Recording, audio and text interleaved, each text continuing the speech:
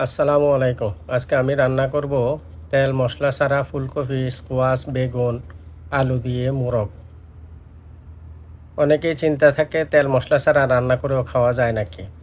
যাদের fatty liver, কোলেস্টেরলের সমস্যা তারা এইভাবে রান্না করে খেতে পারেন।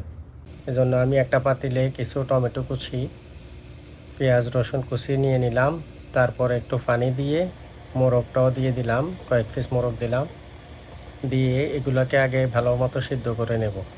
সিদ্ধ হয়ে আসলে মোটামুটি তার উপরে কালো জিরা আর লবণ দিয়ে দেব, দিয়ে আবার ঢেকে রাখবো। 10 মিনিটের মতো রান্না করব। একটু সিদ্ধ হয়ে আসলে তার উপরে আমি কেটে রাখা সবজিগুলা দিয়ে দেব।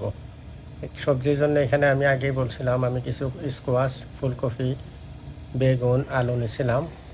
মোটামুটি মোরগ 50% সিদ্ধ হয়ে আসলে তার উপরে আমি সবজিগুলো দিয়ে দেব। সবজিগুলো আগে দিলে এগুলোর কালার নষ্ট হয়ে যাবে। সেজন্য সবজিগুলা আগে মোরগটাকে 50% সিদ্ধ করে নেব, তার উপরে সবজিগুলো দিব। দিয়ে এভাবে আবার 10-15 মিনিট ঢেকে রান্না করব হাই হিটে। হাই হিটে রান্না করার পরে মোরগ আর সবজি যখন সিদ্ধ হয়ে আসবে, সুন্দর একটা কালার আসবে, আর সবজির কালারটাও সবুজ থাকবে, একটু নষ্ট হবে না। অনেকেই আমার ওই যে ছবি পোস্ট করছিলাম ওইখানে কমেন্ট করছে, ভাই এগুলোও কি খাওয়া যায় নাকি? জি ভাই, এগুলো খাওয়া যায়, তবে অনেক সুস্বাদু। যারা কখনো খান নাই রান্না করে দেখবেন, রান্না করে ট্রাই করে দেখবেন। আর যাদের খাওয়ার অভ্যাস নাই তারা খাওয়ার দরকার নেই।